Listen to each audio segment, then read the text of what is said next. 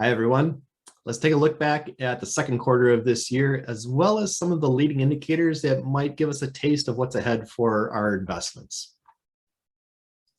So no doubt 2022 has been a rough year for investments, and the second quarter did not help any. Around the world, stocks in general are down across the board.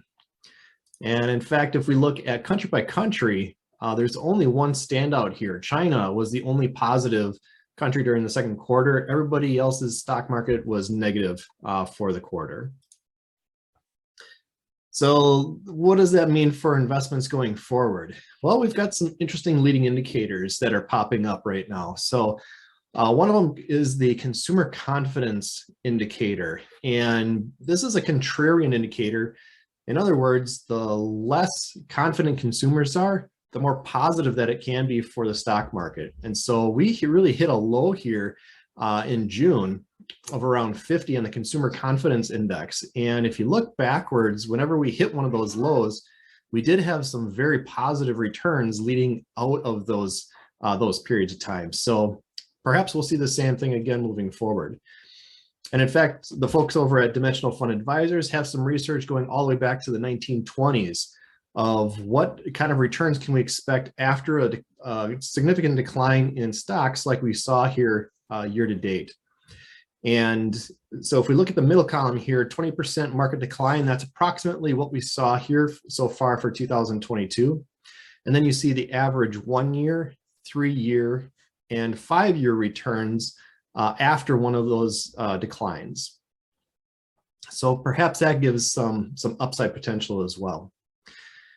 Now, some folks think, well, gosh, why don't I just cash out for a little bit, wait till things look better, and then jump back in? And that's perhaps the wrong strategy. In fact, history shows us that if we miss those best days in the market, those best up days, that can really have a significant impact on long-term returns. And so this is looking at the S&P 500. So that's the 500 largest stocks in the US. And here's an investor that's fully invested versus somebody that just misses the best 10 days out of this 20-year period from 2002 through the end of 2021. And so you really do have some significant decreases in the returns by missing some of those up days. And notice right in the middle here, those big up days can come right after some of those big down days. So 7 of the best 10 days occurred within 2 weeks of the 10 worst days. And if we look back not too long ago, when in 2020, when we had the slide and dip in the market from the COVID pandemic, March 12th was one of the second worst days and immediately followed by the second best day of the year. So oftentimes those big up days do come right on the heels of some of those down days. Now, investing can be emotional, and as hard as it can be, it's important to follow some tried and true academic principles of investing. So what a lot of investors do is they follow their emotion, and they tend to buy when prices are high, and they tend to sell when prices are low. And in doing that, you really do miss out on a lot of the returns as well. So the orange bar on the left side, this is folks that follow the herd. They buy when they think things are good, they sell when they think that things are bad.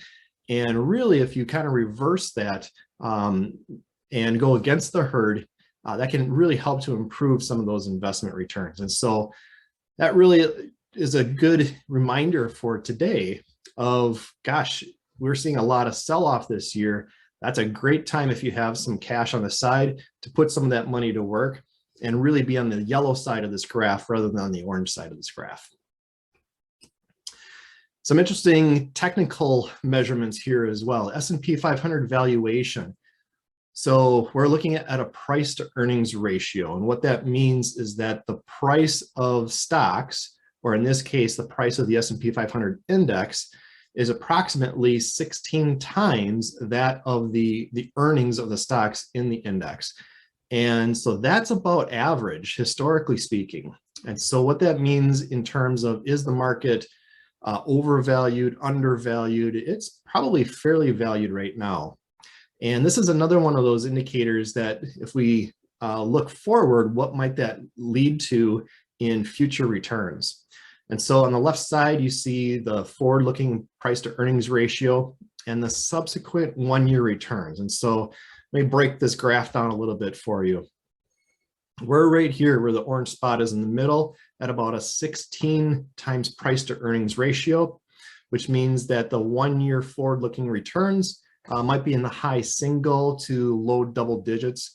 And of course, there's a lot of variation. You see the various scatter plots around that, but on average, we might be in the high single to low double digit returns looking forward for the next 12 months. We'll see if that comes to fruition. On the right side, it's the same graph, except here we're looking at a 5-year forward-looking projection. And so the grouping, the cluster of those data points is much tighter. And so on a 5-year basis, we could be expecting some decent returns over the next 5 years. Interest rates have climbed on mortgages. And you also see that home prices have climbed significantly above their typical average. So 4.4% is the average price increase year over year in homes. And we've seen almost 5 times that rate here in the past year. And so do we have a bubble forming in real estate? Do we just simply have a hot market that needs to cool off? And perhaps rising interest rates in the mortgage world, that might help to actually ease and cool off some of those home prices. So again, we'll see what happens there. And so with that, if you do have any questions about your own portfolio or financial plan, please feel free to reach out. I'd be happy to meet with you. Have a great day. Take care. Bye-bye.